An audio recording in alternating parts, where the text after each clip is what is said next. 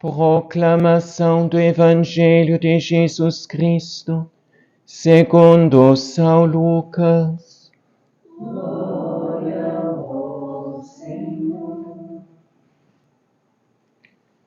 Aconteceu que num dia de sábado, Jesus foi comer na casa de um dos chefes dos fariseus, e eles o observaram. Jesus notou como os convidados escolhiam os primeiros lugares. Então contou-lhes uma parábola. Quando tu fores convidado para uma festa de casamento, não ocupes o primeiro lugar. Pode ser que tenha sido convidado alguém mais importante do que tu, e o dono da casa, que convidou os dois, venha te dizer: dá o lugar a ele. Então tu ficarás envergonhado e irás ocupar o último lugar. Mas quando tu fores convidado, vai sentar-te no último lugar. Assim, quando chegar quem te convidou, te dirá: amigo, vem mais para cima. E isto vai ser uma honra para ti, diante de todos os convidados, porque quem se eleva será humilhado, e quem se humilha será elevado. Palavra da salvação. Glória a vós, Senhor.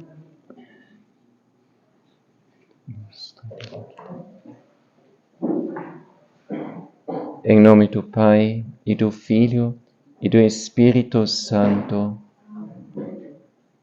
Caríssimos irmãos e irmãs em Cristo, celebramos hoje esta Santa Missa do primeiro sábado, exatamente entre dois dias muito significativos do ano litúrgico.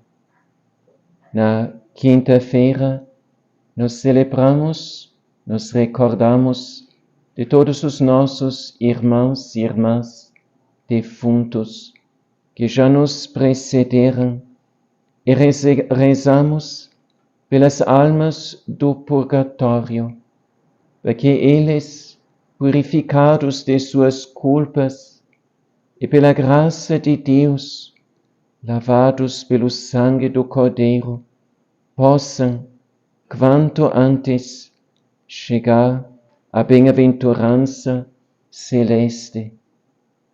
É uma realidade muito grande que se abre perante nós quando a gente olha e medita essa realidade do purgatório.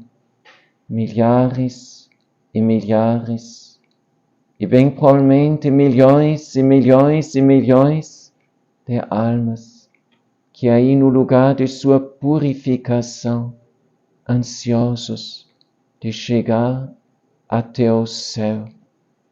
Uma vez, a gente lembra este vídeo, uma animação, mas muito bem feita, sobre a Santa Missa, então que tem o título O Grande Milagre.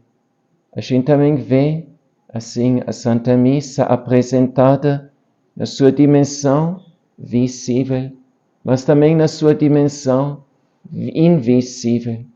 E aí, durante a oração eucarística, aí se abre de repente um chão perto do altar, e tantas almas aí, tantas pessoas humanas, como dentro de um grande abismo poço, e todos olhando para o céu, olhando ansiosamente para o céu, estendo os seus braços para o alto, para que venha alguém ao encontro deles, para lhes tirar dali e transportar para o céu.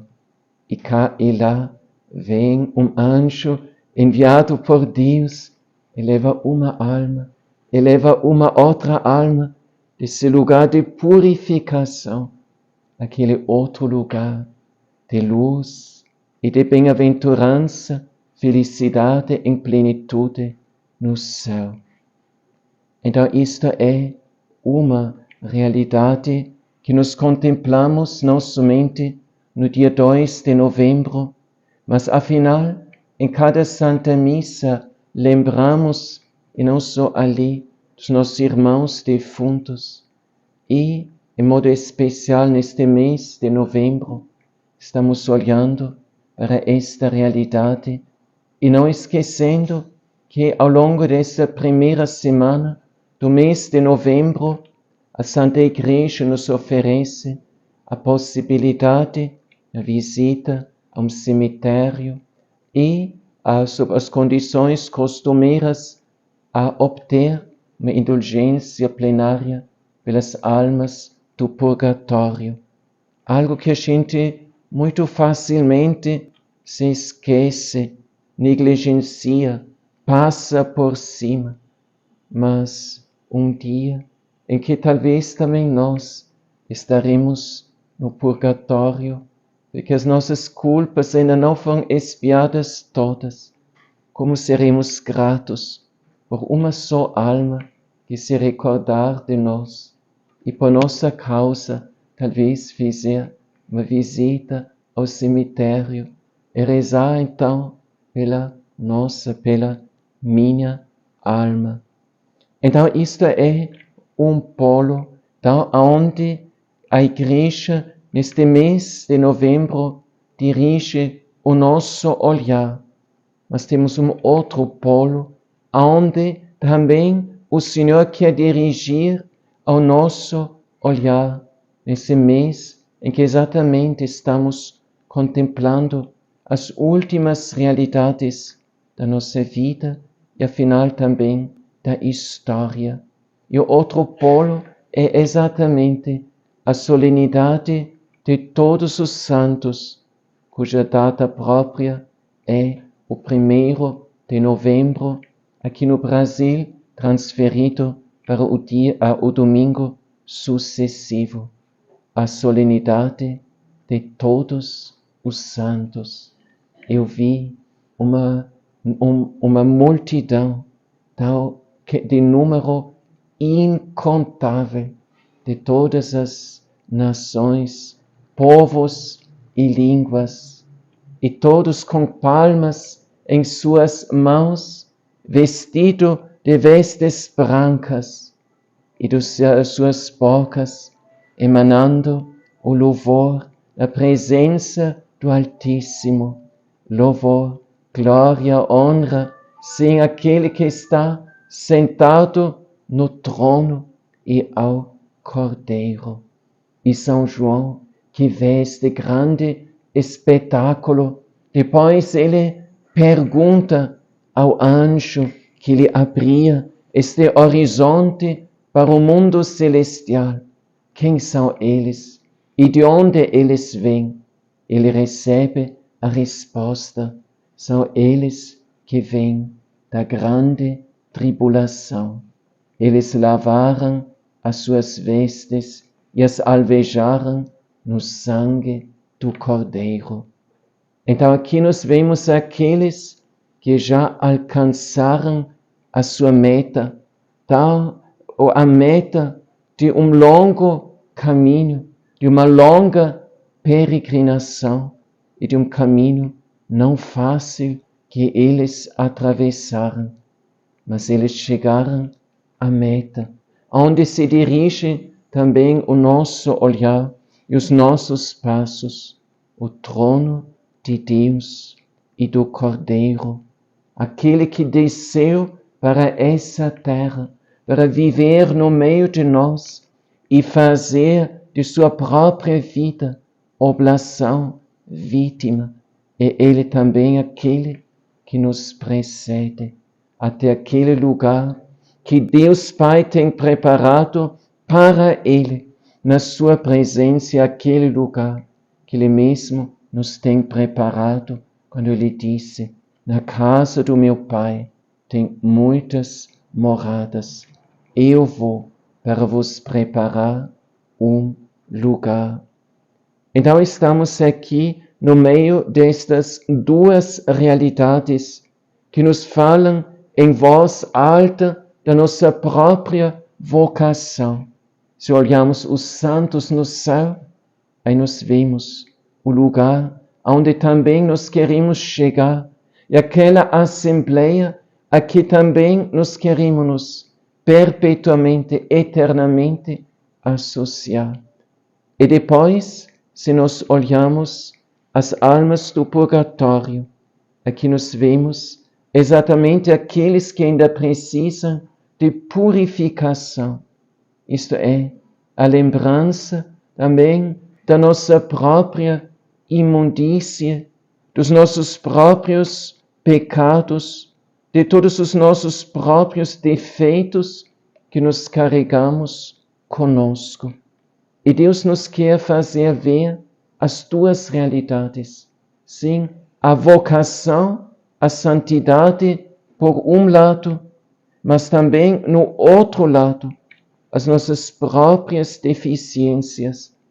Olhar para o purgatório, nós temos muitos relatos de santos, de místicos, de almas escolhidas por Deus. Também a nossa mãe Gabriele, ela atendeu muito nas suas orações os pedidos de muitas almas do purgatório. Cada alma do purgatório podemos ver algo da nossa própria realidade, em modo muito concreto, em modo muito palpável, porque aí aparecem almas que têm uma língua ardente. Por quê? Por que motivo? Por causa de muitas palavras assim, bem afiadas, que a gente colocou ou coloca aqui e lá, essas críticas, essas observações maldosas, esta desconfiança perante os outros que a gente vai semeando através de palavras pouco refletidas. Outras pessoas têm os seus olhos ardentes, porque com estes seus olhos procuravam não somente olhar para Jesus, mas olharam também coisas assim frívolas aqui neste mundo, ou esta ambição de ganância, de querer obter isto e aquilo que a gente vê. Sim, mãos ardentes, porque a gente sabe, em Roma existe uma igreja e anexo a esta igreja existe o assim chamado Museu das Almas do Purgatório. A gente pode ver recordações, a gente entender que a fé nas almas, no purgatório não é simplesmente assim algo que a gente vai contando outro, mas no final a gente não sabe se realmente é assim. Então aí neste Museu das Almas do Purgatório, a gente tem testemunhos assim, muito eloquentes, de modo tal que as pessoas que tinham alguma manifestação de uma alma do purgatório, isso Deus não concede a todos, mas a uns, para que os outros possam depois também se corroborar na sua própria fé nessa realidade. Também lembramos muito bem que também Nossa Senhora em Fátima, quando os pastorinhos já na primeira aparição lhe perguntaram: nós vamos para o céu, e fulano também já está no céu. Sim, e fulana também já foi para o céu. Não, ela está no purgatório. E fulana, ela também está no purgatório. E quanto tempo ela vai estar no purgatório?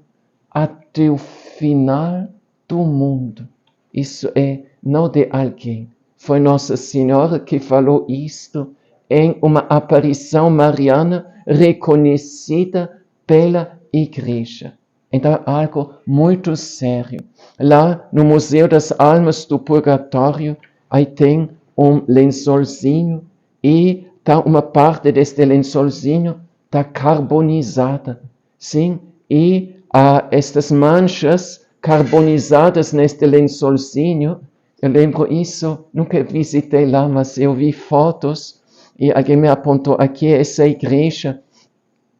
E então, neste lençolzinho, então as manchas carbonizadas têm o desenho de quê? De uma mão humana. Todo o contorno bem perceptível de uma mão humana. Que ardia.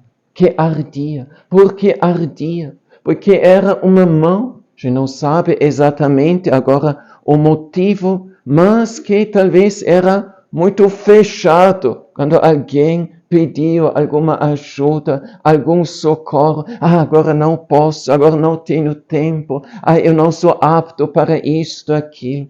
Mão fechada, que depois arde muito. Então, uma das leituras que a igreja propõe para o dia 2 de novembro é exatamente esse, do juízo final, Mateus 25. Eu estive com fome, e tu não me deste a comer. Eu estive com sede, e tu não me deste a beber. Eu estive na prisão, e tu não me visitaste. Eu estive enfermo, e tu não chegaste até mim. Então, o olhar para o purgatório é para nós um exame de consciência. Existem livros inteiros também publicados aqui no Brasil. Uma vez eu vi um livro da editora Ave Maria, de uma alma que tinha este carisma de ajudar em modo especial as almas do purgatório. Então, um livro inteiro de relatos do purgatório. Então, cada alma que está lá, ali, sofrendo, expiando ainda os seus pecados, é um exame de consciência para nós. Porque nós, muitas vezes, facilmente pensamos, esse detalhe, aquele detalhe em minha vida, não é uma coisa assim tão séria, tão importante, todo mundo faz isto. Mas quando a gente pergunta, conversa com as pessoas dizem, não, isso é normal, todo mundo faz. A gente diz, se você sabe de onde vem esta palavra normal, normal vem de norma. Normal é aquilo que se adequa, que segue a norma. E não somos simplesmente nós homens que inventamos as normas para a nossa vida. Deus deu a toda a humanidade uma lei eterna. Deus deu uma lei ao seu povo. Deus nos dá uma lei. Jesus mesmo fala de que somos nós chamados, nós amamos a Ele quando seguimos aos seus mandamentos. Jesus nos dá um mandamento, o grande mandamento, em que está sintetizado toda a lei que Ele, como novo Moisés, veio proclamar. O mandamento do amor. Mas se Jesus fala dos seus mandamentos, significa o quê? Todos os ensinamentos de Jesus para nós não são apenas uma opção bonita, um conselho útil em um outro momento de nossa vida. Então, todo ensinamento, afinal, toda a vida de Jesus, todo exemplo de Jesus, afinal, é norma para nós. Então, Jesus mesmo fala daqueles que desprezam um dos mínimos dos mandamentos. Eles já vão ver que isto perante Deus não é uma coisa secundária, mas uma coisa muito séria. Também sempre lembremos do nosso anjo da guarda. O anjo da guarda aponta não apenas as coisas grandes da nossa vida, mas também das coisas pequenas. Quem é um bom profissional, ele sabe, não basta só focar nas coisas importantes para que tudo esteja mais ou menos ordenado, organizado. Um bom profissional que realmente tem fruto tal sucesso com o seu trabalho. É esse que cuida exatamente e constantemente, seja das coisas grandes e seja também das coisas pequenas. Então, o purgatório está cheio de almas que pensavam que este e aquele detalhe da minha vida não é assim tão sério, não é assim tão importante. Basta a gente rezar de vez em quando, basta assim a ler a Bíblia de vez em quando. E mais tarde em nossa vida, enquanto as pessoas acordam, então mais tarde em sua vida, e depois dizem: Padre, se eu tivesse sabido o que é a Santa Missa, eu teria ido cada dia da minha vida. Se eu tivesse sabido os tesouros que Deus escondeu na Bíblia, na Palavra de Deus, eu teria lido avidamente este livro. Eu perdi tanto tempo com filmes, com vídeos, com conteúdos sem assim importância, procurando roupa nas lojas e isso, aquilo. Então, o purgatório está cheio de pessoas que não tomaram suficientemente a sério a sua fé. Então, por um lado, a grande necessidade da nossa conversão. E depois, no outro lado, exatamente olhar para os santos, olhar para os santos no céu. Eu devo confessar, eu também já fiquei assim muito envergonhado, me senti muito pequeno nesses momentos em que eu podia cá e lá assistir uma canonização lá na Praça de São Pedro, em Roma. Algo impressionante. Aqui nesta enorme fachada da Basílica, a gente vê assim tapetes enormes pendurados, assim com a face assim de outro santo, agora canonizado. Uma vez havia uma mulherzinha humilde, que também estava aí num desses grandes painéis, uma mulherzinha humilde, assim, meio encurvada, pobre. Como ela chegou à santidade? Então, ela era uma mulher humilde, pobre, tudo isto, mas corajosa. Então, o que ela fez? Ela abrigou os padres fugitivos, então, que não prestaram o juramento à Constituição Civil na França nos anos da Revolução. Então, no final do século XVIII. E ela corajosamente abrigou estes padres, lavou as suas roupas, providenciou, de não sabe como, os objetos de culto, para que eles pudessem, em qualquer esconderijo, lugar oculto, celebrar a Santa Missa, atender os fiéis que acorriam a eles. Então, o mundo dos santos é algo magnífico. E depois a gente vai pensar, veja, a gente hoje tem mais recursos do que esta mulherzinha, o fulano tal. E o que nós fazemos com nossos recursos? Uma vez, também não lembro mais o nome, então uma moça nos Estados Unidos que corajosamente começou a fazer o quê? Ela começou a congregar as crianças assim, sem orientação e formação, começou a fundar escolas, e uma após outra. E depois, olhando a imagem dessa moça, que depois se torna religiosa, a gente pensa, veja, ela também provavelmente não terá tido condições assim, muito maiores ou além daquilo que a gente mesmo recebeu. Então, quanto que eles fizeram, e às vezes realmente com recursos assim tão limitados, e com o pouco conseguiram mais do que nós conseguimos com o muito que Deus nos confia. Ou muitas vezes é até que muito pouco entendemos, reconhecemos o que Deus nos deu. E mais tarde a gente vai dizer, veja, se tivesse tido fé, se tivesse tido entendimento, como eu poderia ter utilizado melhor, muito melhor, os recursos que Deus nos dá. Então, no Apocalipse, esse trecho que eu citei antes, então, é aquele que fala dos santos, de onde eles vêm. Eles vêm da grande tribulação.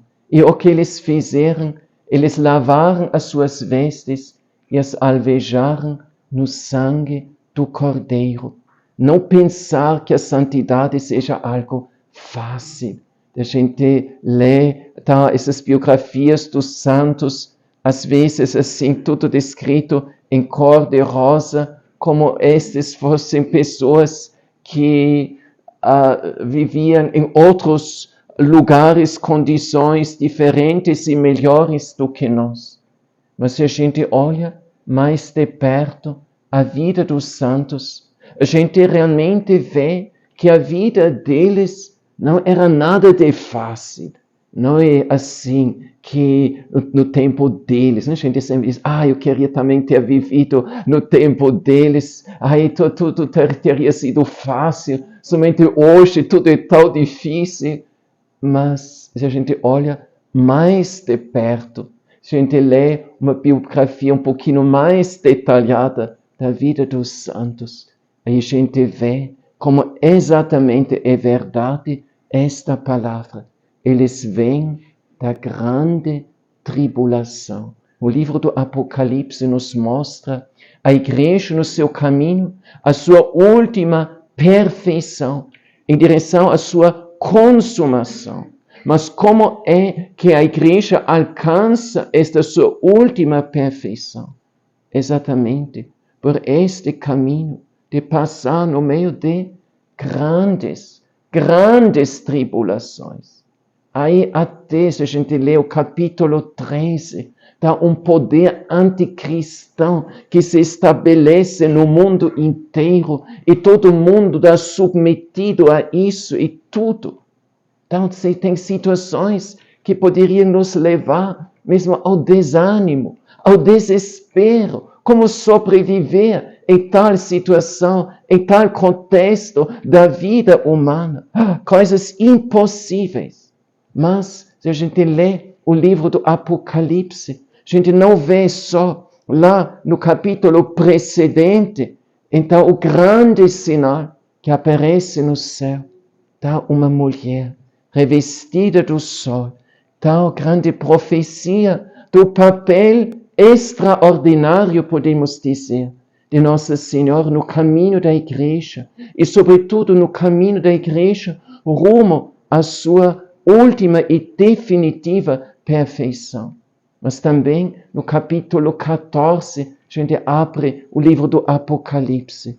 Depois fala exatamente 244.000 que não dobraram o seu joelho assim perante as forças e poderes anticristãs nesse mundo. Mas aí mostra aqueles quais que seguem ao Cordeiro aonde que vá. A gente vê a nossa vida hoje realmente está colocado no meio de grandes extremos. Caminho à santidade, ao menos hoje, já não é um caminho tranquilo, fácil, cômodo. Não, realmente estamos colocados perante grandes extremos. Primeiro, quando nós olhamos o mundo, a situação no mundo, as controvérsias, sim, então neste mundo de hoje, esses confrontos entre luz e trevas, em forma crudelíssima. Depois, quando olhamos a igreja, também imerso em tantas tribulações. E depois, no final, quando nós olhamos a nossa própria vida, nós olhamos a nossa própria vida, onde Deus permite que realmente nós, de perto, e na nossa própria pele. Sim, então experimentamos o que significa tribulação, o que significa desolação, onde a gente está em situações onde a gente pensa realmente perder o chão debaixo dos nossos pés. A gente esperava, a gente confiava, a gente trabalhava e de repente algo onde tudo está sendo questionado e onde a gente pensa tudo era em vão. E agora o que vai ser, o que vai acontecer e tudo. Então Deus nos deixa experimentar em modo muito concreto e muito palpável a nossa fragilidade, a nossa pequenez. Exatamente como Jesus nos mostra no Evangelho de hoje. Quando tu estás convidado a um banquete, não pensar, agora você é a pessoa mais importante e o primeiro lugar está preparado para você. Sim, é uma grande honra. É uma grande honra de sermos católicos, de sermos filhos de Deus, de sermos chamados para um banquete grande, onde o próprio Filho de Deus cumpre as palavras quando diz, e ele, o dono da casa, que ele se levantará e servirá a todos. Eu estou no meio de vós como aquele que serve. Mas nunca, por causa desta grande e alta vocação, cair assim num orgulho e pensar que nós somos os privilegiados e tudo mais.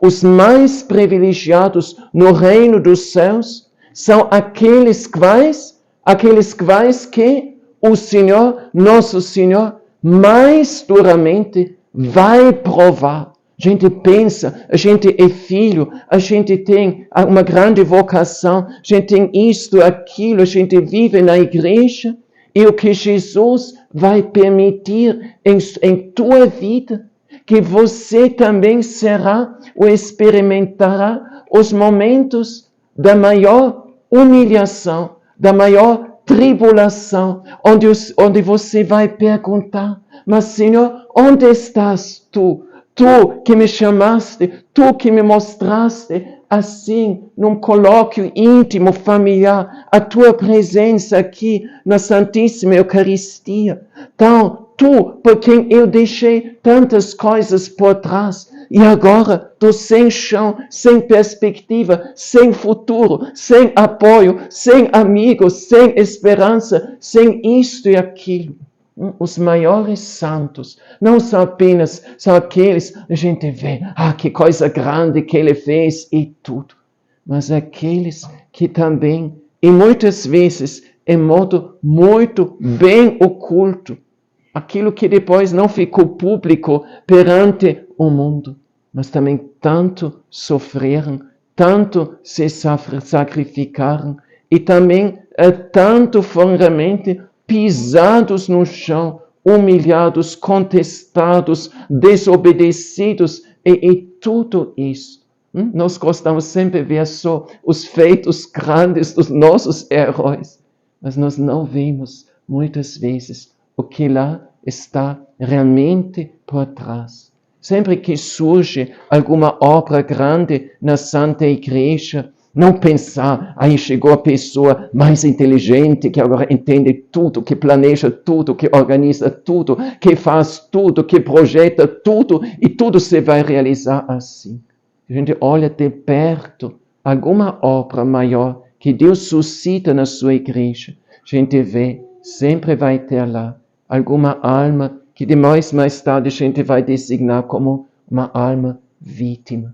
Uma alma que talvez ninguém tomou conhecimento dela. Uma pessoa que sofria, que era doente, que passava com uma via sacra dolorosa em sua vida, incompreendida, rejeitada, humilhada, pisada por outros.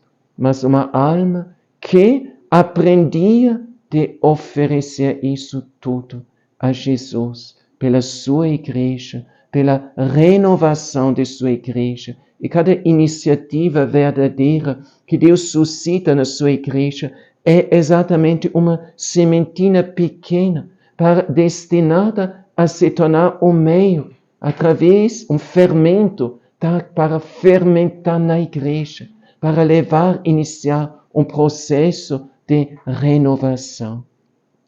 Então, não só aqui uma parábola de Jesus fala, coloca-te no último lugar. É ensinamento muito importante para nós. Então, quando aparecem em tua vida, em minha vida, situações onde a gente está sendo pisado, rejeitado, incompreendido e tudo mais, exatamente, isto são as situações concretas, bem concretas, que o Senhor coloca ao nosso alcance, para que eu me possa colocar de novo, bem humildemente, tá? No último lugar. Então, com estas palavras, Senhor, eu não sou digno. Os santos, eles viviam isto em modo heróico, mas não em modo amargurado, e agora acusando os outros e se tornando, vendo em todas as outras pessoas os seus inimigos e tudo. Não, a santidade deles era exatamente nisto, de acolher isto na fé. Então, reconhecendo e dizendo, sim, sou eu que mais mereço de ser tratado assim. Então, como se a gente lê São Paulo, por exemplo, ele que disse, eu fiz mais do que todos os outros, falando dos outros apóstolos. Mas depois ele também fala, em segunda carta aos Coríntios, em diversos trechos, então, quanto que ele sofreu. Então, não somente ele fez mais do que os outros, mas possivelmente também sofreu mais do que os outros. Então, Deus vai permitir também em nossa vida que tenhamos oportunidade suficiente para nos colocar sempre de novo no último lugar. E também significativo quando a nossa mãe Gabriele, quando ela nos ensina, sim, grande auxílio que o anjo de Deus ocupa em nossa vida. Depois ela diz, onde, como que começa o caminho do homem e do anjo conjuntamente no seguimento de Jesus, do Cordeiro Divino que nos precede. Então ela fala, sim, exatamente. Então este caminho do anjo e do homem conjuntamente começa lá onde você aprendeu de se colocar no último lugar. No último lugar. Aí é finalmente o lugar e a condição onde a graça de Deus encontra este espaço em nossa vida que é necessário para ela realmente frutificar. E não nós sempre chegando, pensando, não, agora tem que ser assim, e tem que ser deste modo, e agora vou fazer isto e aquilo, e no final descobrindo que estamos construindo não a obra de Deus, mas a nossa própria obra, seguindo os nossos próprios projetos e tudo mais. Então, o último lugar.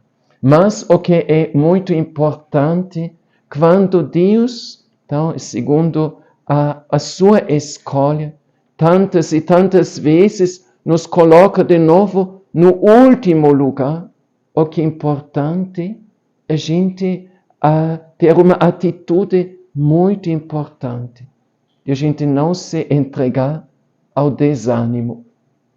Porque tem almas que, de fato, Deus coloca em lugares de provação maior e tudo isto.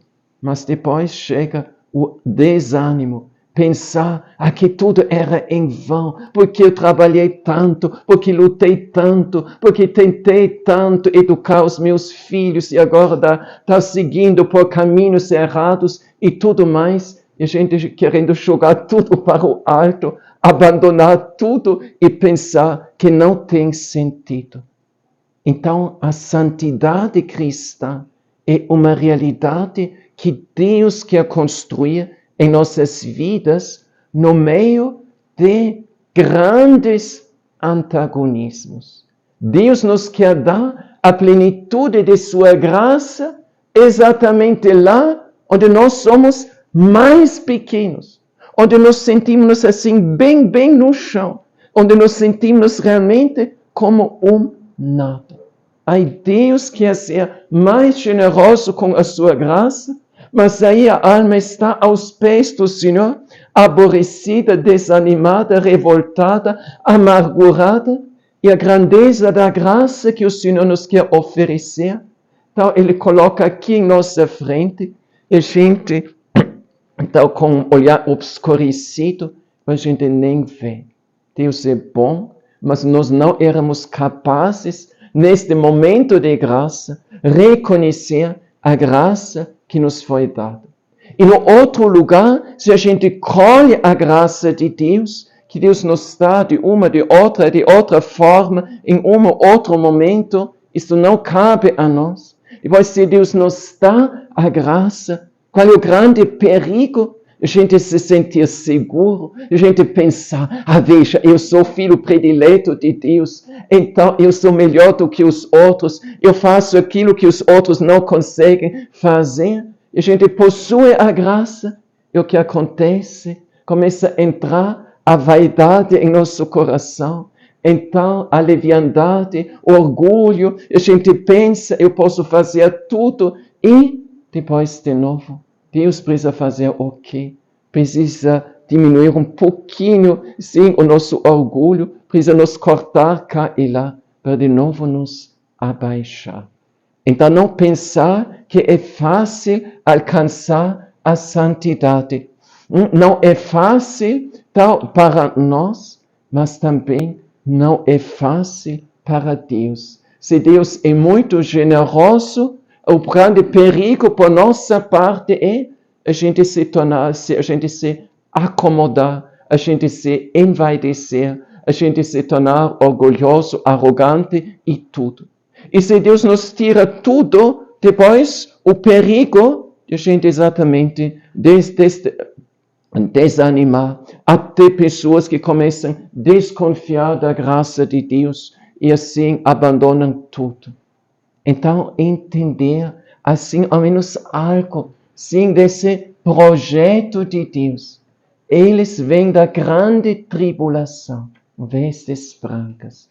Eles lavaram as suas vestes e as alvejaram no sangue do Cordeiro.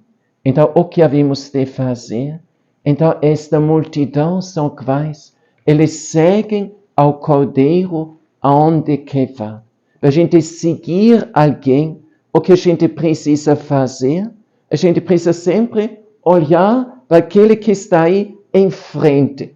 Eu lembro, a gente antigamente não tinha celular, nada, e a gente vai aí para uma canonização, um grande evento, tem muita gente, e a gente está só alguns irmãozinhos da comunidade, ou algumas pessoas amigas, e agora a grande preocupação, a gente não se perder, ou não perder o contato com o outro. A gente está sempre olhando quem está aqui em frente, ou num grande passeio nos Alpes e tudo, fulano corre lá em frente mais rápido do que eu consigo. E depois sempre a preocupação de não perder ele de vista, porque de repente o caminho vai para cá, o caminho vai para lá, e onde continuar? Então eles seguem ao Cordeiro aonde quer vá. Então a carta aos Hebreus nos fala, sim, nos dá essa orientação, então fixar o nosso olhar em Jesus, autor e consumador da nossa fé. Isso é o nosso caminho. Se nós olhamos para Jesus, não é só para Jesus, então eles seguem ao Cordeiro aonde quer vá. Então a Igreja Católica, então ela coloca não só uma imagem de Jesus em suas igrejas, ela coloca sempre a cruz. Então, a cruz que nos revela a nossa vida, com a sua tensão que nos puxa para um lado e para o outro, para o alto e para o baixo. E na cruz onde nós encontramos o próprio Jesus, que nos precedeu em todo este antagonismo da nossa vida e da nossa vocação humana. Então, aqui nós temos não somente Jesus, mas nós temos o norte da nossa vida e a grande referência da nossa vida. Porque Cristo Cordeiro não é simplesmente o Filho de Deus feito homem, mas o Filho de Deus feito homem, que faz da sua vida existência terrena oblação, doação, oblação, entrega, sacrifício, sim, até dar no alto da cruz, o último que ele tinha, o deu ali por todos nós. E este é exatamente que foi abaixado até o ponto extremo, foi aquele que foi elevado acima de todas as criaturas. Quem se eleva será humilhado, e quem se humilha será elevado. Então, fixar o nosso olhar em Cristo Cordeiro. Aí nós olhamos aquele que já nos precedeu deste mundo no caminho para o Pai. Mas nós temos aqui também aquele que une em si exatamente esses grandes dois polos. Um polo, o da extrema humilhação descida, e Deus que escolhe na vida de cada um dos meios, os meios específicos para realizar isto. E no outro lado, a grande subida, e o Cordeiro imolado e de pé, como nós vimos no capítulo 5 do livro do Apocalipse. Então, olhando para Jesus, chegamos nele a encontrar a resposta em nossas maiores derrotas, necessidades, provações da nossa vida. Mas também nos momentos de sucesso, sempre entendendo, nada somos, nada temos, e se nós temos algo, o recebemos pela graça de Deus. O que tu tens, que tu não recebeste. É muito belo, com isto concluo, o testemunho de Fulton Sheen. Eu penso, entretanto, hoje existe até um website ou algo onde a gente pode conhecer pregações e conteúdos de Fulton Sheen, além dos livros que, entretanto, pouco a pouco estão também sendo publicados aqui no Brasil. Onde, então, uma vez eu vi um pequeno sermão dele. Ele, em poucas palavras, falou muito mais do que nós. Falou com muitas palavras. Ele ali falou. Então, sim, então, ele falou sobre a sua obra. Então, a obra dele se tornou algo altamente relevante, impactante no tempo em que surgiu a televisão lá nos Estados Unidos e tudo. E ele, através da televisão, entrando nos lares das famílias, não somente dos católicos, mas também de muitos outros. E depois ele fala, então eu consegui isto, consegui aquilo e tudo mais, e tudo. Então, mas depois ele disse, mas lembra-te, como São Paulo diz, o que tu tens que tu não recebeste, Deus me deu isso tudo. Deus me deu tudo isto. Mas de onde vem isto? De onde é que eu recebi isto? Então eu, cada dia, desde o início da minha vida sacerdotal, eu estou fazendo a minha hora santa, onde eu me coloco durante uma hora inteira aos pés daquele de quem provém todos os benefícios, todas as graças, tudo aquilo que nós também, no nosso ministério sacerdotal, poderíamos assim oferecer e comunicar a outros. Eles seguem ao Cordeiro aonde que vá. Seja isso também o nosso caminho. Em Cristo Cordeiro, nós temos a grande luz da nossa vida, nós temos a grande referência, nele nós temos o caminho a ser seguido, a luz que também nos sustenta na tribulação, então, entendendo que então, ele não nos conduz para um caminho em coisas que ele mesmo então, não tenha já sofrido e assumido antes de nós. Então, Jesus é aqui a nossa grande luz, consoladora, confortadora, junto a cada sacrário, mas sempre a cruz, para nos ilustrar, de modo visível, a realidade sacramental aqui escondida. E Jesus na Santíssima Eucaristia não é só luz, exemplo, caminho, orientação, referência e consolação para nós. Jesus na Santíssima Eucaristia, Ele também é a nossa grande força. Para a gente sustentar um caminho que ultrapassa as nossas forças humanas. Jesus está na Eucaristia, não só com sua presença, mas Ele está aqui como alimento.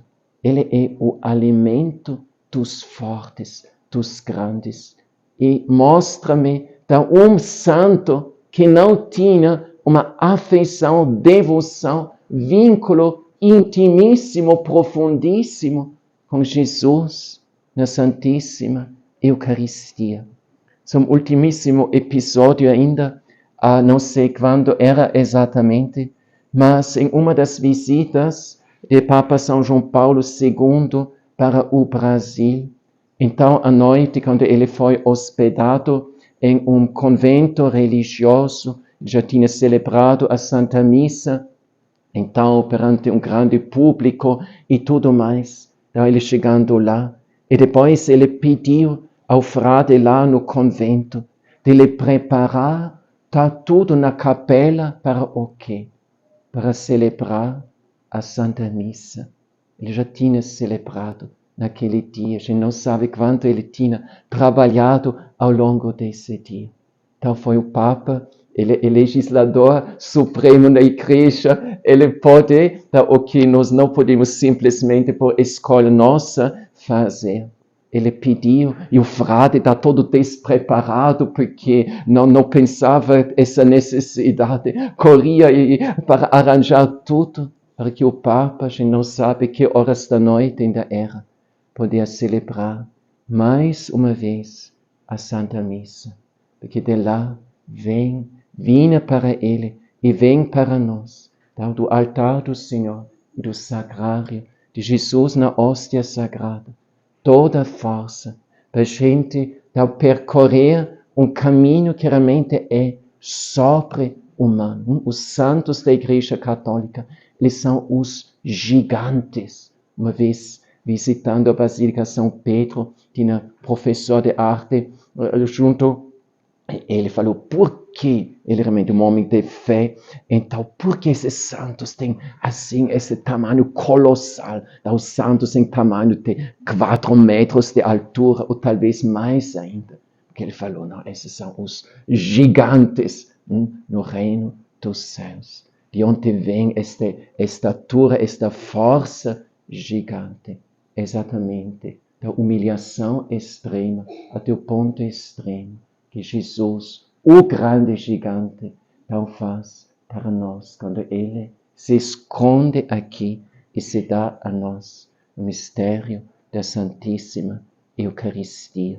Todo santo da Igreja Católica é uma manifestação, uma prova do potencial incalculável escondido aqui, sob a forma humilde, baixinha, assim, digamos, em forma, em tamanho, em estatura, desta presença humilíssima, pauperíssima, paupérrima de Jesus na Santíssima Eucaristia. Cada santo manifesta o potencial, a força, a grandeza, a riqueza de graça, de luz, de sabedoria, do alto escondido aqui. Daquilo que Jesus é na Santíssima Eucaristia, desabrocha em cada um dos santos. E não só alguns foram chamados à santidade, mas a Igreja, Concílio Vaticano II, era muito claro. Todos são chamados à santidade. E, portanto, Deus também coloca à disposição de cada um todos os meios necessários, seja provações, seja graças, seja conhecimento, para chegarmos até ali. Não desperdiçamos o nosso tempo, não nos lamentamos das coisas difíceis em nossa vida.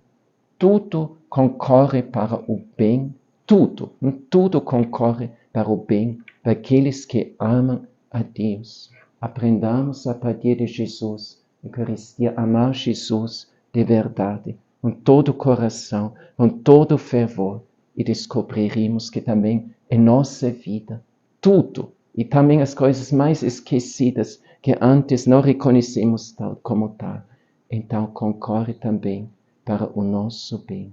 Então, pedimos essa graça, que em nossa vida a graça de Deus não seja desperdiçada, perdida, mas possa tão frutificar abundantemente, ricamente, em frutos de santidade.